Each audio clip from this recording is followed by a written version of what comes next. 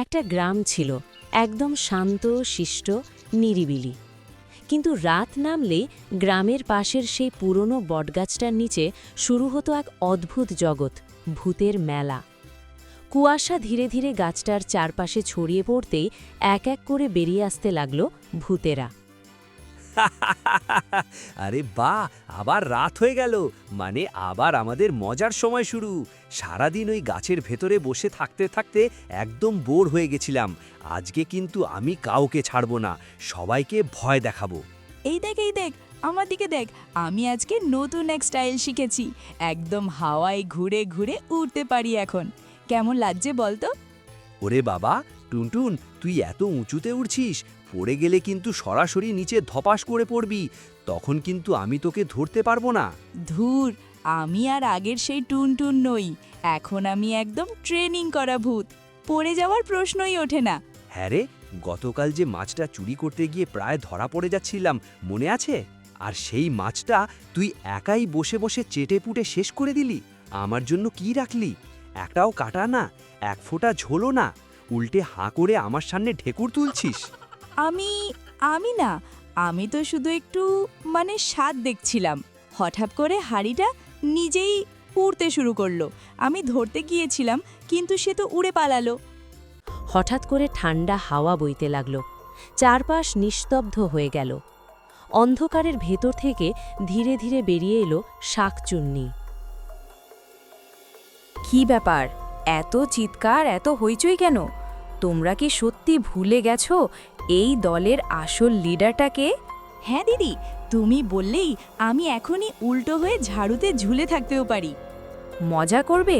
অবশ্যই করবে, কিন্তু আমার কথা যেন একবারও ভুলে না যাও। আমি যা বলবো সেটাই হবে, এটা তো জানো, তাই না? হ্যাঁ দিদি, তুমি যা বলো আমরা ঠিক সেটাই করি। আমরা তো তোমার কথার বাইরে কখনো যাই না। শাকচুন্নি দিদি, আজকে কি আমরা উপোস করে থাকবো নাকি? পেটের ভেতর এমন সাউন্ড হচ্ছে যেন বাঁশি বাজছে, হাওয়া ঢুকছে, হাওয়া বেরোচ্ছে, আর আমি বসে বসে নিজের পেটের মিউজিক শুনছি। ঠিক সেই মুহূর্তে হঠাৎ করেই হাওয়ার সঙ্গে ভেসে এলো এক অপূর্ব মিষ্টি গন্ধ। দুধ আর চিনির মোলায়েম মিশ্রণে তৈরি সেই গন্ধ ধীরে ধীরে চারদিক ভরে তুলতে লাগল। মনে হচ্ছিল কেউ যেন গভীর যত্নে ভালোবাসা মিশিয়ে কিছু রান্না করছে। আরে ওরে বাবা, এই গন্ধটা এত মিষ্টি কেন রে? পায়েস নাকি? হ্যাঁ রে, আমার তো মনে হচ্ছে কেউ পুরো একটা হাঁড়ি ভর্তি পায়েস বানাচ্ছে। আরে আমি আর পারছি না রে, পেটটা তো ভেতর থেকে ঢোল বাজাচ্ছে। ঢোল না রে, ওটা তোর পেটের ভূত নাচছে। চুপ কর, আগে খুঁজে বের কর কে এমন মিষ্টি জিনিস বানাচ্ছে, না হলে আমি গন্ধ খেয়েই অজ্ঞান হয়ে যাব। এই যে গোলটু, টুনটুন, শুনছিস তোরা? গ্রামের দিক থেকে কি মিষ্টি গন্ধ ভেসে আসছে রে! আহা, পায়েসের গন্ধ! তোরা দুজন চুপচাপ গিয়ে দেখে আয় তো কে এমন স্বর্গের মতো পায়েস রান্না করছে। আর হ্যাঁ, সাবধানে যাস, কেউ যেন টের না পায়। হ্যাঁ দিবি, তুমি একদম চিন্তা করো না, আমরাই এখনই গিয়ে খোঁজ নিয়ে আসছি কে এত মজাদার পায়েস রান্না করছে। এই টুনটুন, দাঁড়িয়ে দাঁড়িয়ে কি ভাবছিস রে? চল আমার সাথে, আজ তো মনে হচ্ছে দারুণ কিছু জুটতে চলেছে। আর যদি পায়েসটা হাতে পেয়ে যাই তাহলে কিন্তু একটুও ছাড়ব না। তারপর গোলটু আর টুনটুন চুপচাপ গ্রামের পথ ধরে এগিয়ে গেল।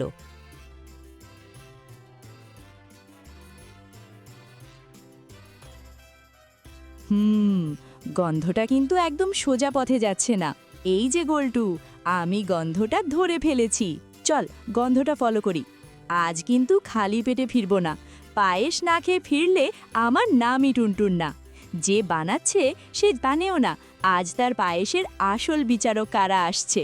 গ্রামের ভেতরে ঢুকতেই তাদের চোখে পড়ল এক অদ্ভুত দৃশ্য, একটা পুরনো কুঁড়ে ঘর। ভেতর থেকে আসছে ধোঁয়া আর অদ্ভুত গন্ধ। ঘরের ভেতরে এক বুড়ি চুলার সামনে বসে কিছু একটা রান্না করছে, কিন্তু সেই রান্নার গন্ধটা যেন খুবই অস্বাভাবিক। টুনটুন, কিছু একটা ঠিক লাগছে না রে, চল একটু কাছে গিয়ে দেখি।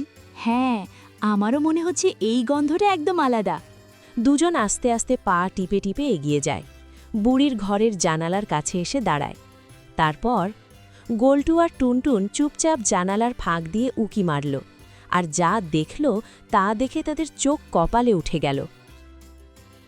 আহা, কতদিন হয়ে গেল রে। পাড়ার ওই ছোট ছোট নাতি নাতনিদের মুখে কিছু তুলে দিতে পারলাম না। আজ তাই তাদের জন্য নিজের হাতে পায়েস বানাচ্ছি। কাল সবাইকে ডেকে আনব, একসাথে বসে খাওয়াবো। কত খুশি হবে ওরা। ওদের হাসিটাই তো আমার সবচেয়ে বড় সুখ। এই টুনটুন, দেখেছিস? সত্যিই তো, বুড়িটা পায়েসই রান্না করছে। চল, আর দেরি না করে শাকচুন্নি দিদিকে খবরটা দিয়ে আসি। ও শুনলে তো একদম খুশিতে নাচবে। আজকে কিন্তু জমবে দারুণ কিছু, বুঝলি তো? ঠিক বলেছিস। এখন আর একদম দেরি করা যাবে না। চল, তাড়াতাড়ি চল, না হলে কিন্তু সব মিস হয়ে যাবে। দাঁড়িয়ে থাকলে চলবে না রে, যা করার এখনই করতে হবে। তারপর আর এক মুহূর্ত দেরি না করে গোলটু আর টুনটুন ফিরে এলো সেই পুরনো বটগাছটার কাছে। দুজনের বুক ধরফর করছে, যেন কোনো বড় খবর নিয়ে ফিরে এসেছে তারা।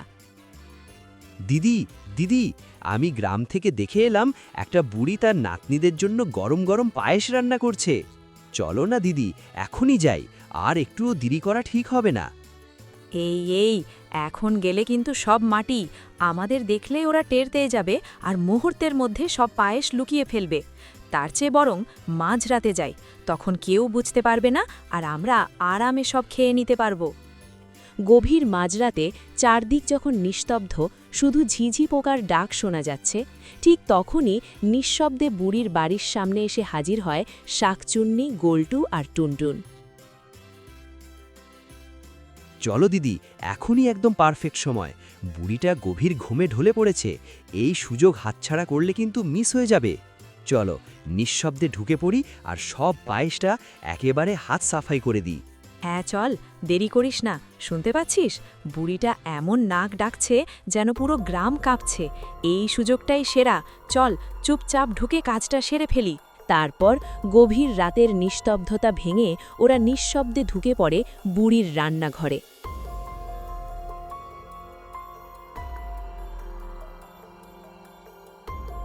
তোরা দুজন যাও, সাবধানে। আমি এখানেই পাহারা দিচ্ছি। কেউ এলে আগে বুঝতে পারবো। গোলটু, টুনটুন, ওই হাঁড়িটা থেকে সব পায়েস চুপচাপ নিয়ে আয়, একটুও শব্দ যেন না হয়। ঠিক আছে দিদি, আমরা যাচ্ছি। এই তোরা যা, আমি এখানেই বসে আছি।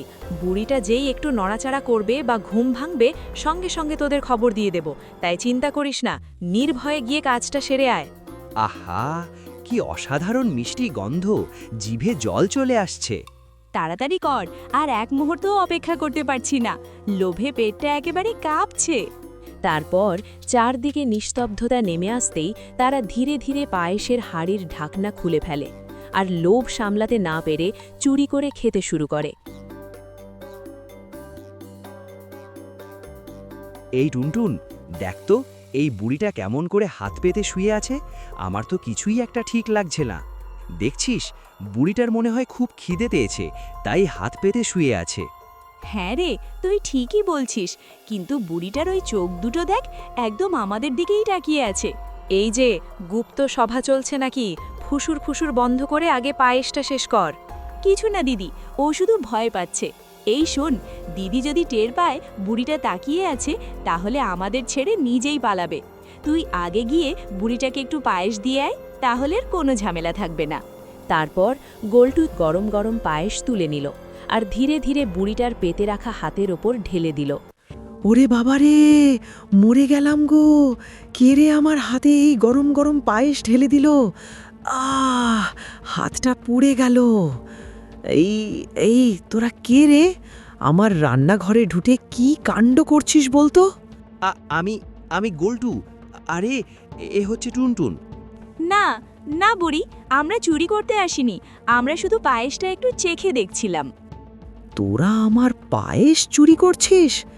দাঁড়া রে বেটা, আজ তোদের এমন শিক্ষা দেব জীবনে ভুলতে পারবি না। আমরা কিছুই জানি না, সব ওপরওয়ালা জানে। তবে রে শাকচুন্নি, সবই তোর ফন্দি। দাঁড়া, আজ তোদের এমন মজা দেখাবো জীবনেও ভুলতে পারবি না। বুড়ি তৎক্ষণাৎ তার ঝাঁটা তুলে নিল। তারপর রাগে ফুসফুসতে একের পর এক ঝাঁটার বাড়ি মারতে শুরু করল। আবার আমার পায়েস চুরি করে খাবি? বল, আজকের পরও সাহস হবে তোদের? প্রে বাপ, বুড়িটা কি মারটাই না মারছে রে! পালা টুনটুন পালা, একবার হাতে পড়লে আর রক্ষা নেই। এই বুড়ি সেই বুড়ি নয়, পুরো পোদ পাচা লাল করে দিল। পালা রে পালা। তারপর শাকচুন্নিরা ওই গ্রাম থেকে পালিয়ে যায়।